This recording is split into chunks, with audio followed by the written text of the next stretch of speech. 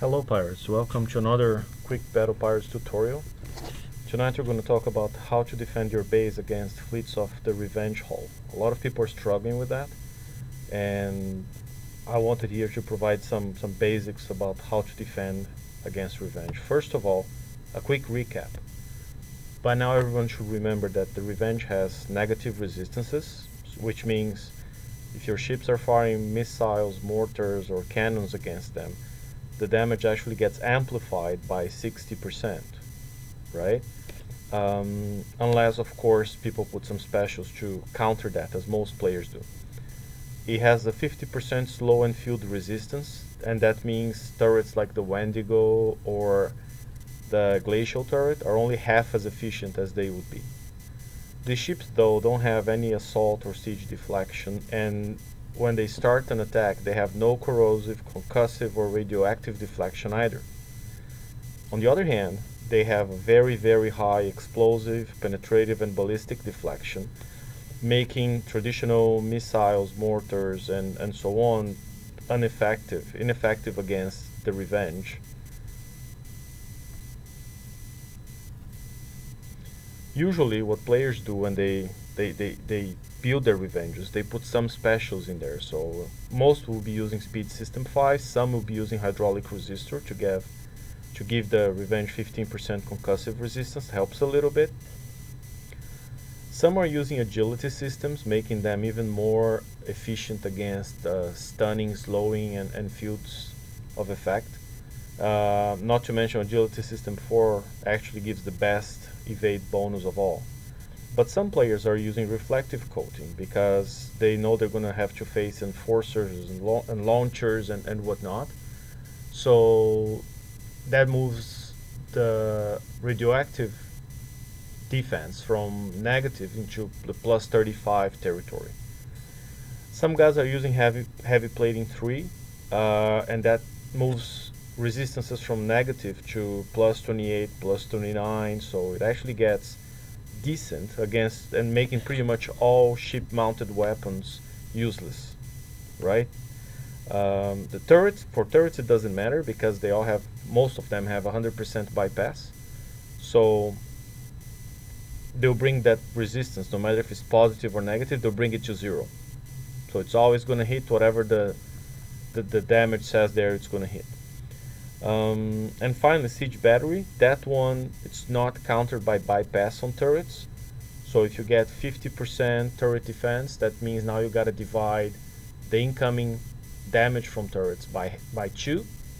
So the 50% that gets through, now you subtract the deflection. And in most cases, that's gonna bring you to 0.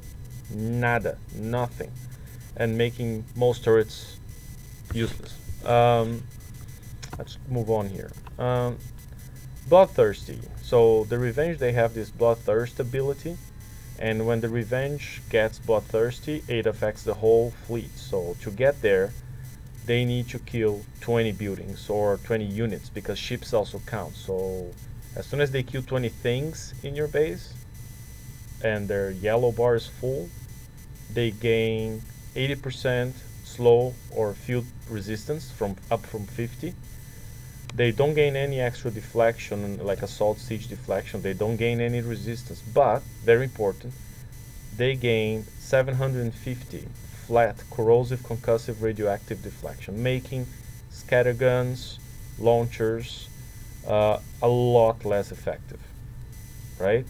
So you gotta keep that in mind, and the bottom line is you don't want them to get these buffs, right? And the way you counter that is by getting rid of buildings. I mean, look at this base here, for instance. That's not the best layout you're going to find out there, but that's beyond the point. The point is this base has no oil rigs around, no resource generators around. Maybe this guy has 5 warehouses, but maybe should have 4 warehouses. Get rid of 1. And as much as you can, move your buildings to the center of the base. I mean, use your labs, use whatever you can in the center to put fire support and boost your turret damage, right? But the main point being, delete all useless buildings, bring them to the center. So if you count around this base, the attacker can only get to 20 things destroyed by the time they destroy the first 3 ships in guard, the Hunter, the Revenge, and the Enforcer. Only after they kill these 3 ships and every building on their way, including those around the base, that's when they get Bloodthirsty. By that time, honestly, they're almost at the center of the base, right? So most damage should be done before that point. So that's a smart thing to do and the most important thing to do to counter the Revenge. Great news is you don't need any special technology to do that, right? You just gotta design your base in a smart way against the Revenges. Second, corrosive damage. That's key. There are 2 turrets that give corrosive damage. The Basilisk, which is not a limited turret, it's a regular turret. You can build as many as you want. Ideally, you won't get them to level 7 turret, so you can add the AT Transformer. But there are specials that you should be using for that. We discussed that in a previous Forsaken Council show about the turrets. Mostly because you can defend against Gatling guns. There's no specials to create concussive resistance here. You can use specials that give you some radioactive defense, because the second most common type of Revenge fleet uses launchers, the antipodes, right? Draconian Scattergun, that's even more deadly. It deals a lot of damage against the Revenges, and before they go Bloodthirsty, they have absolutely no defense against that. So it hits in full, kills them really fast. Careful drivers, good drivers, can outrange the turrets by just a little bit, but once they get in the heat of the battle, they probably won't be stopping for that long. So you're gonna get some rounds on them, and it's gonna do some damage.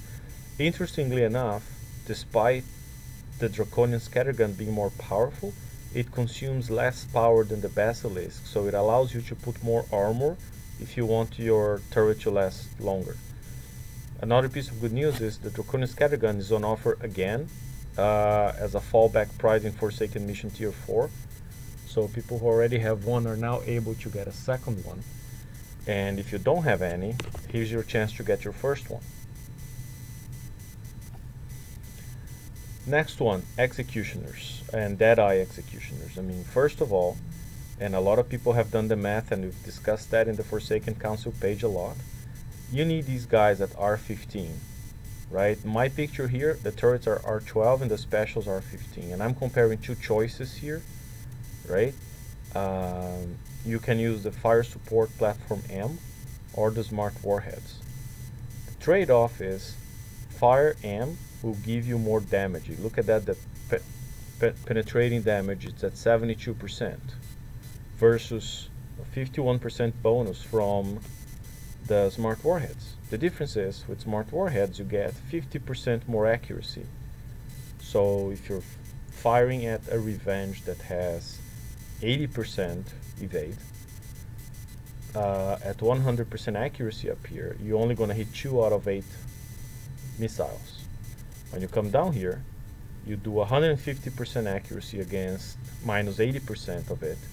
You're left with 30% accuracy, so 3 out of 10 missiles will hit instead of 2. So again, it's a trade-off. The other point is the Smart Warhead will always target the lowest health ship in the fleet, so you keep firing at the weakest link in your enemy fleet, instead of randomly firing at whichever one's close. Again, it's a trade-off. I don't know which one is better. Personally, I prefer the Smart Warhead. Okay, but it's debatable. The other thing you want to do when you use these turrets, because on their own, they still don't do enough damage. You want to surround them by fire support tactical modules, and we'll talk more about that later. Okay. APOC mortar. Most people say, hey, that one won't scratch the paint of a Revenge, and that's true. Their explosive damage is not enough to bypass the explosive deflection on the Revenge, but they do radioactive damage, and before going Bloodthirsty, the Revenges have no defense against radioactive. Some people actually, if they choose not to use reflective coating, they'll have minus 35, which means that number there, that 18, 20, radioactive damage gets buffed, and you divide that by 4 rounds, that's the salvo number in the APOC, you get 614, and that's before you buff it with any sort of tactical modules that you can put around the mortar. So again, it will hurt, just not the way you expected it to, and only before it goes bloodthirsty. After that, it's completely useless. Tactical modules, we just discussed them. So the most important one, fire support 2. So this picture here shows a few Deadeye executioners being covered by 3 of these modules. That means now you get 45% more damage than you would if these turrets were alone, and it reloads 38% faster, so it hurts a lot more, right? I've seen a video today where a guy had 6 of those modules around their Deadeye executioners, and oh boy, they were killing Revenges in pretty much 2 rounds, and they were reloading so fast, right? So it can be very effective. You just need to build the right design. Brand new module, overloaded reload from Forsaken mission. That was added this month, and no matter what, as soon as the enemy gets in range, it will fire a triple salvo every 60 seconds for turrets around your outpost. It's very short range, so the turrets really need to be right around the outpost to be affected by that. But let's say you have a Deadeye executioner which normally fires 3 missiles per round before it reloads again. Now every 60 seconds it's going to fire 9 missiles. You get an APOC that fires 4 fireballs. Now every 60 seconds it's going to fire 12 fireballs. So that's really cool.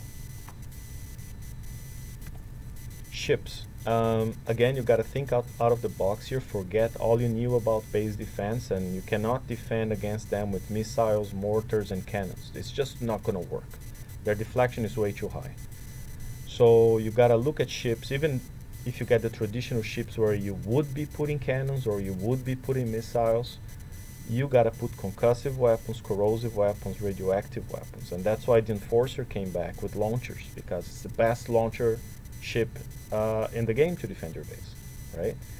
Now, if you think out of the box a little bit, you can also think of Gamma behemoths with Gatling guns, or even Punishers, which have a very good assault deflection to resist incoming fire with Gatling guns. I mean, you got to be creative here, right?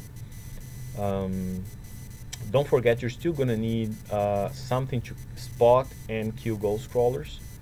The corrosive turrets do a good job as long as you have a spotter. Missiles, Deadeye executioners, they are retargetable, they'll hit underwater. They also will do a great job with the amount of damage they're dealing now. You know, so these are just some ideas here. The other idea is, when you use Gatling guns, remember, let's look at the next page here. You have the ability to fire at your enemy as soon as they get in range with Gatling guns. Your enemy, though, will have to go through your walls, so that gives you a few seconds of advantage where you're going to be damaging them a lot, because again, before going bloodthirsty, they have no concussive defense. So even from the longer range, it will hurt, right? And they'll have waste a few precious seconds there going through your walls. When you position ships, remember to put them in a way where more than one ship can do damage at the same time. So you look at this layout here. Both the Revenge, and I use the navigation there to show the longest range of 104, and the Enforcer will be both firing at the same time, right? And your enemy will have to pick one. I mean, yeah, sure, they can pinch that, and then there's different things that can be done, but, you know, try something like that. Okay, and use walls on your favor. I mean, somebody on the page today was saying that they have 10 rows of walls protecting their ships. That's amazing, right? And if you're going up against a mortar Revenge fleet or a launcher Revenge fleet, you're going to outrange them. So these guys cannot escape the scattergun turrets. They'll have to get in range. They cannot escape your launchers. They cannot escape your Gatling guns. They don't have to face walls, but that's the only thing they have going for them, pretty much. Okay, so I think that's it. If you don't have all that stuff I mentioned, Enforcer, Antipodes, Revengers, Gatling guns, you know, you gotta go get them. I know not all of these items are available now, but there's a lot you can do with what's out there now.